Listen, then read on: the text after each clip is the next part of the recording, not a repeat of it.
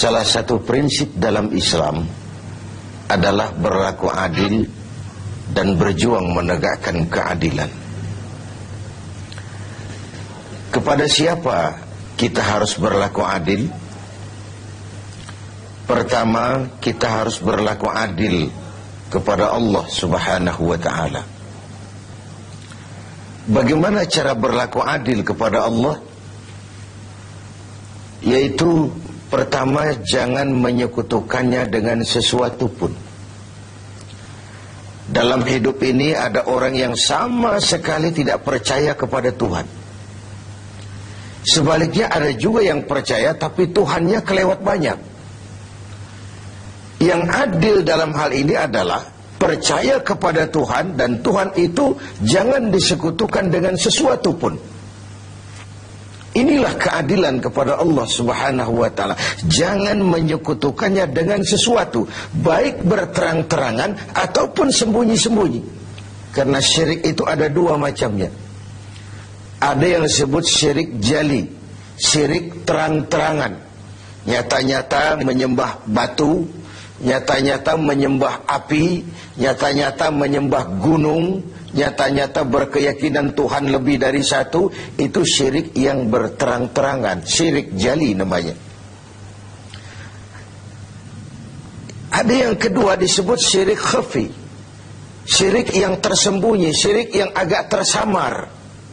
Tidak nyata-nyata menyembah berhala, tidak langsung menyembah matahari, tidak langsung menyembah gunung, tapi ada sebuah keyakinan yang mencerminkan itu semua. Saya sejak pakai gesper ini, gesper ini sejak saya pakai, dagangan saya jadi laris. Ini syirik yang tersembunyi. Saya sejak pakai cincin ini, usaha lancar. Cincin ini sejak ada perkutut ini di rumah, objek lancar betul, perkutut. Ini pun syirik namanya, syirik yang tersembunyi. Jangan menyekutukan Allah dengan sesuatu, baik yang berterus terang maupun yang tersamar. Kemudian yang kedua, adil kepada Allah adalah tidak menyembah kecuali hanya kepadanya. Karena ketika kita berkeyakinan tidak ada Tuhan selain Allah, saya tidak akan menyembah kecuali hanya kepada Allah, dalam ucapan dan juga dalam perbuatan. Kita tahu mudah menjadi hamba Allah dalam ucapan, tapi tidak mudah membuktikannya dalam perbuatan. Saya hamba Allah, kata saya. Apakah Allah mengakui saya sebagai hambanya? Itu yang saya belum tahu. Karena berapa banyak orang mulutnya berkata saya hamba Allah, perbuatannya membuktikan dia hamba dunia, hamba harta, budak nafsu, hamba jabatan. Tidak sesuai antara ucapan dan perbuatannya. Kalau adillah kita kepada Allah, pertama, jangan sekutukan dia dengan sesuatu. Yang kedua, jangan menyembah kecuali hanya kepadanya. Setelah berlaku adil kepada Allah, maka yang kedua, kita harus berlaku adil kepada sesama. Sesama manusia, baik dia muslim maupun dia non-muslim. Karena Islam adalah rahmatan lil alamin. Jangankan lagi dia manusia walaupun berbeda agama, binatang sekalipun, tumbuh-tumbuhan sekalipun mendapat rahmah dan perlindungan dari sebab turunnya Islam ini. Jadi perbedaan agama bukanlah alasan untuk bertolak belakang. Sedemikian tegas sampai Rasul mengajarkan, man adza zimmiyan faqad adzani. Barang siapa yang mengganggu orang kafir zimmi, orang kafir yang mau hidup damai dengan umat Islam, siapa yang mengganggu mereka sama dengan mengganggu aku. Siapa yang menyakiti mereka sama dengan menyakiti aku. Kita berbeda agama dan kita sepakat untuk itu. Kita juga bukan pemilik kebenaran lalu mengklaim yang lain sebagai salah semua. Sah saja orang berkeyakinan cuma agama yang benar, tapi tidak otomatis dengan seiring itu lalu dia menghina yang lain. Menghina itu sama dengan menghina Rasul. Oleh karenanya, kepada non-muslim kita harus berlaku adil. Kalau mendengar syariat Islam, sementara ini kan kita seperti mendengar suara petir, melihat monster. Yang terbayang itu pancung, gantung, rajam, tanpa kita melihat hukum kausalnya, sebab akibatnya. Padahal watak syariat Islam itu, barangkali itulah yang kita dambakan selama ini. Kenapa? Pertama, syariat Islam itu al-musawat bainan nas fi takalifil ahkam. Semua orang sama dalam berhadapan dengan hukum. Bukankah ini masyarakat yang kita dambakan? Bukankah ini masyarakat yang mau kita bangun? Di mana tidak ada warga negara kelas 1, di mana hukum berlaku secara sama, di mana tidak ada warga negara istimewa, di mana hukum tidak berjalan seperti pisau, tajam ke bawah tapi tumpul ke atas. Syariat Islam memandang semua sama di depan hukum. Dan sejarah membuktikan itu. Bagaimana seorang Ali bin Abi Thalib ketika menjadi khalifah, berperkara dengan seorang Nasrani, dan Imam Ali kalah di pengadilan Islam. Seorang khalifah berperkara dengan seorang Nasrani dan kalah di pengadilan Islam. Itulah syariat. Seorang gubernur, Amr bin As, kalah di pengadilan berperkara dengan seorang Yahudi. Ini semua potret bahwa di depan syariat semua orang sama dalam berhadapan dengan hukum. Yang kedua, watak syariat itu at-tadrij fit tashri'. Ada tahapan dalam melaksanakan syariah itu. Ada tahapan. Ada etapa yang harus ditempuh. Kalau tercukupi itu, terlaksanalah syariat. Mula-mula tentang minuman keras, Quran cuma memberikan warning.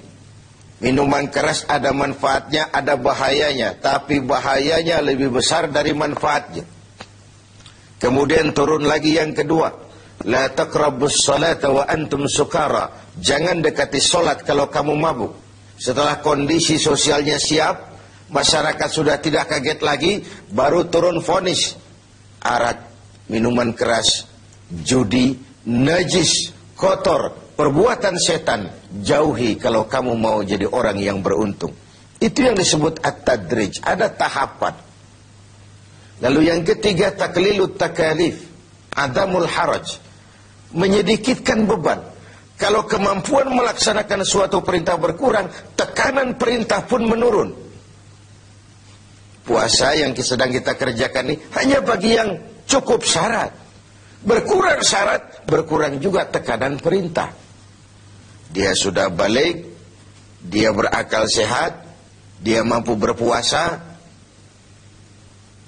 Cukup syarat, dia wajib melaksanakan puasa. Kurang syarat, tidak wajib melaksanakan puasa.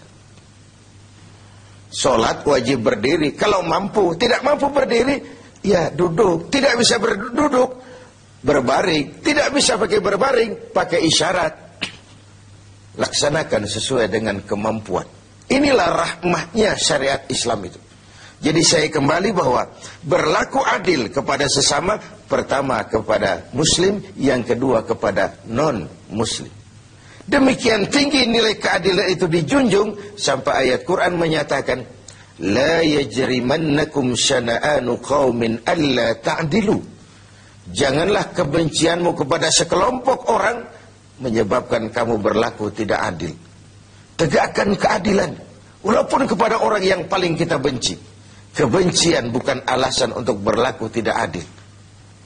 Sedemikian objektifnya perintah untuk menegakkan keadilan ini.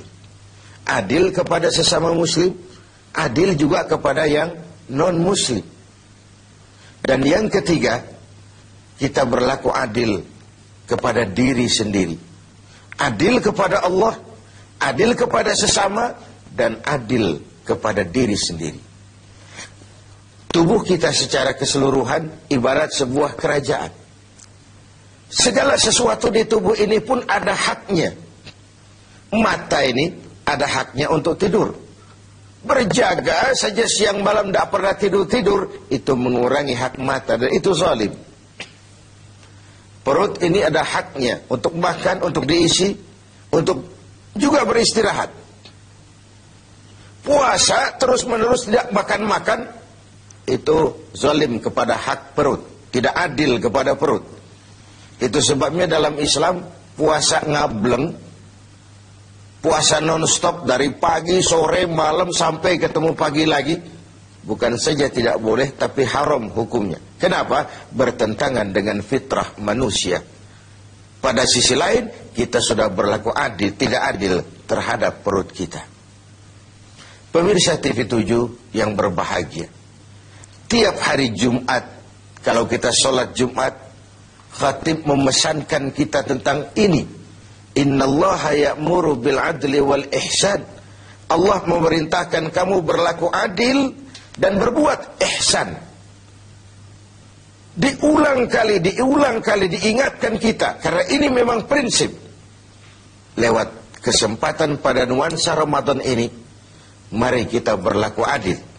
Pertama sekali, adillah kepada Allah. Jangan sekutukan Dia dengan sesuatu. Lalu jangan menyembah kecuali hanya kepadanya dalam berbagai keadaan. Yang kedua, adillah kita kepada sesama manusia. Baik ia orang yang kita sayangi, kita senangi, maupun ia orang yang kita tidak sukai, maupun dia orang yang kita benci. Baik dia muslim, maupun juga dia non-muslim. Karena Islam adalah rahmah bagi semesta alam ini. Masyarakat yang kita dambakan, masyarakat yang tegak di atas keadilan. Keadilan yang menyangkut ekonomi, keadilan di bidang pendidikan, keadilan di bidang sosial, pendeknya keadilan di berbagai aspek kehidupan ini. Lalu yang ketiga, adillah kepada diri sendiri. Semoga kita menjadi orang-orang yang dapat berlaku